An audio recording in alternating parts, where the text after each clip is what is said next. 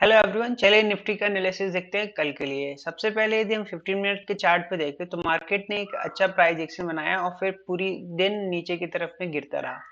जैसा कि हमने लास्ट वीडियो के अंदर बताया था, यदि मार्केट गैप अप ओपनिंग होता है और यहाँ पे कोई भी एक कैंडल, पहली जो कैंडल यदि नीचे की तरफ में ब्रेक करता है तो हम नीचे के साइड का ट्रेड लेंगे, क्योंकि हमारा जो ट्रेंड है अभी वो डाउनवर्ड का है। यदि तो हम इसके फ्लो में ही ट्रेड करेंगे। ये वाला जो जोन था हमारा वो 50% का था। यदि 50% के आसपास में ओपन होता है और पहली कैंडल नीचे की तरफ में ब्रेक करती है तो हम लोग पहला टारगेट ये रखेंगे और ये रखेंगे, जो आज दोनों ही टारगेट अचीव हुआ। अब आते हैं कल के लिए। सबसे पहले हम यहाँ पे देखेंगे कि मार्केट एक काफी ट्रेंडिंग जोन के अंदर है। तो कल है एक्सपायरी, तो चांसेस बहुत ज्यादा हैं यदि मार्केट समवेयर इस जोन के अंदर ओपन होता है तो यहाँ पे मार्केट साइडवेज रहेगा। ठीक है, ये चीजें हमने लास्ट डे पे भी डिस्कस की थी। यदि हम फिबोनाची यहाँ पे ड्रॉ करें आज का दिन का, तो यदि हमारे लिए इंपॉर्टेंट जो जोन बन के आता है वो आता है हमारे लिए इसका 50% जोन। ये है अपना 50% जोन 17,070 का। यानी कि अब हम लोगों को सेल ऑन राइज कहाँ पे देखना है? 17,070 के आसपास में। ठीक है, 17,070 के आसपास में आता है तो हम लोग अब यहाँ इस जोन के अंदर यदि कोई प्राइस एक्शन निगेटिव बनाता है तो अब हम सेल यहाँ पे देखेंगे। लेकिन यदि गैप डाउन के सिनेरियो में हमें क्या करना है कि यदि गैप डाउन मार्केट होता है तो अब यहाँ पे हम लोग बाई का देखेंगे, क्योंकि मार्केट यदि वन वे फॉल कर रहा है, ठीक है, तो हम लोगों को फिर प्रॉफिट बुकिंग के भी चांसेस को देखना चाहिए।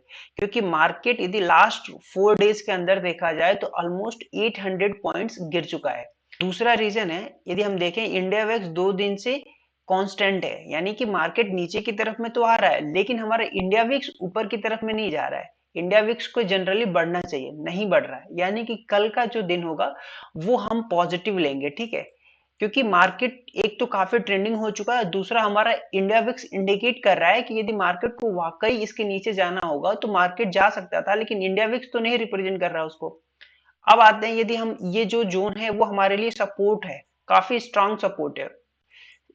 16,950 से लेके 17,050 तक का जो जोन है ये हम लोगों के लिए काफी स्ट्रांग जोन का काम करेगा।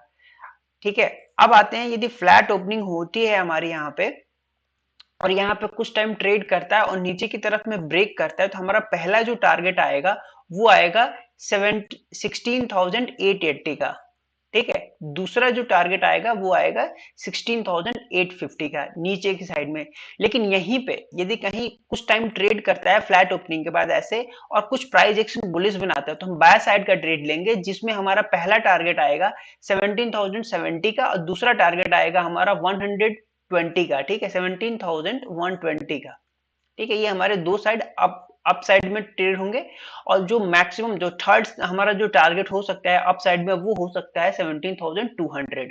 या फिर हम लोग यदि यहाँ पे देखेंगे तो यदि इस जोन के अंदर ओपनिंग होता है मार्केट यहाँ पे कुछ सस्टेन करेगा तो हम लोग फिर स्टाइडल ही देखेंगे। ठीक है, क्योंकि यहाँ पे एक्सपायरी से पहले यदि मार्केट ट्रेंडिंग हो चुका है तो चांसेस थोड़े से बढ़ जाते हैं कि मार्केट यहाँ पे साइडवेज हो, क्योंकि यदि यहाँ पे सिंगल प्लेयर डायरेक्शनल प्लेयर ने यहाँ पे यदि पैसा बनाया है तो अब चांस बहुत ज्यादा है कि नॉन डायरेक्शनल प्लेयर भी यहाँ पे पैसा बनाएंगे। ठीक है, अब आते हैं यहाँ पे कुछ बड़ा गैप अप होता है, मान लो यहाँ कुछ समवेयर 17,200 के पास में होता है। यहाँ पे मैं बताना चाहूंगा कि 17,200 पे हाईएस्ट ओपन इंटरेस्ट, इसको इजिली ब्रेक तो नहीं करेगा, लेकिन हाँ यहाँ पे यदि सस्टेन कर गया ना तो फिर मार्केट काफी तेजी से ऊपर भी जा सकता है। उसका मेन रीजन क्या है कि जब ये लोग शॉर्ट कवरिंग के लिए आएंगे, कल एक्सपायरी है, तो मार्केट काफी तेजी से ऊपर की तरफ में जा सकता है। यदि हम वीडियो को पूरा समराइज करें तो हमें फ्लैट ओपनिंग के केस में हमें यहाँ पे मार्केट को थोड़ा सा होल्ड करना चाहिए और उसके बाद यदि नीचे की तरफ में ब्रेक करता है तो हमारे ये दो लेवल निकल के आएंगे। लेकिन यहाँ पे ऊपर की तरफ में ब्रेक करता है